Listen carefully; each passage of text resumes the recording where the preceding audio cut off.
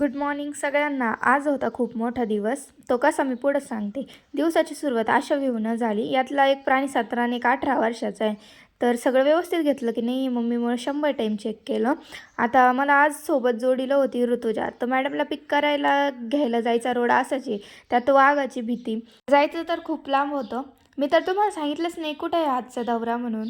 माझी बहीण एक हॉस्टेलला संगमनेरला आहे. तर तिला अर्जंटना डॉक्युमेंट हवे होते. मग त्याच्यामुळं घरच्यांनी स्कूटीवरती पाठवलं आणि एकटीनं नाही जावं म्हणून सोबत एक मैत्रीण पण घेऊन जा म्हणे. मग गाडीत सगळं चेक वगैरे केलं, हवा पेट्रोल भरलं आणि डोंगर दिसायला लागले म्हणजे समजून घ्यायचं की जवळपास आलो. आता काका पण आलेले होते कारण माझ्या बहिणीसोबत मावशीची मुलगी पण हॉस्टेलला आहे.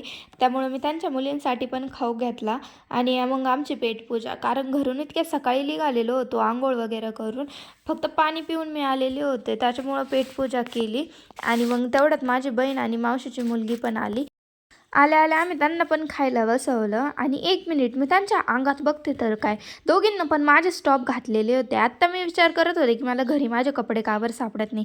तर ही पोरगी माझे कपडे चोरून घेऊन जाते हॉस्टेलला. आता त्या जेवत होत्या तेव्हा आम्ही गप्पा वगैरे मारल्या. आमचं तर ऑलरेडी आधीच जेवण झालेलं होतं. मग त्यांचं काम होतं तर आम्ही वाट बघत बसलो आणि आमच्या घरून या पोरीला ज्यांनी त्यांनी जसं पद्धतीने खाऊन दिलेला होता. आता बाबांनी चॉकलेट आणि या बर्फ्या पाठवलेल्या होत्या. माझ्या बहिणीनं पूर्वीनं तिच्यासाठी आज चकना आणि मम्मीनं टिफिन पॅक करून दिलेला होता. मग मी म्हटलं मी का मागं राहू. तर मग मी पण तिला खायला घेऊन दिलं हॉस्टेलमध्ये. आता इथं आम्ही बोर होतच बसलेलो होतो. मग म्हटलं काहीतरी टाईमपास करावा. आता माझ्या बहिणींचं पण सगळं काम झालेलं होतं. त्या पण वापस फिरल्या त्यांच्या हॉस्टेलवर जायला. मग आम्ही पण घरच्या दिशेने निघालो. 1 वाजलेला होता, काही जास्त टाईम नव्हता झालेला. मग मावशीचं घर रोडनीच लागतं तर त्यांनी बोलवलेलं होतं घरी.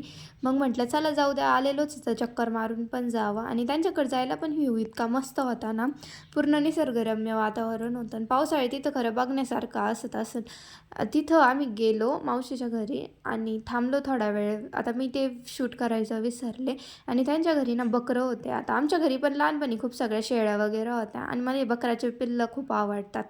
आता आम्ही पोचलेलो होतो जवळजवळ 3च्या आसपास, तरी टाईम होता.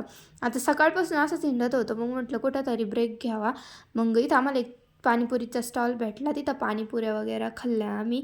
खूप दिवसानंतर आम्ही पाणीपुऱ्या खात होतो आणि शेजारी आम्ही लस्सी घ्यायला गेलेलो होतो केक शॉपमध्ये. तर तिथं पण ह्या कॅन्डीज भेटल्या. मग मी त्या पण पूर्वीसाठी घेतल्या.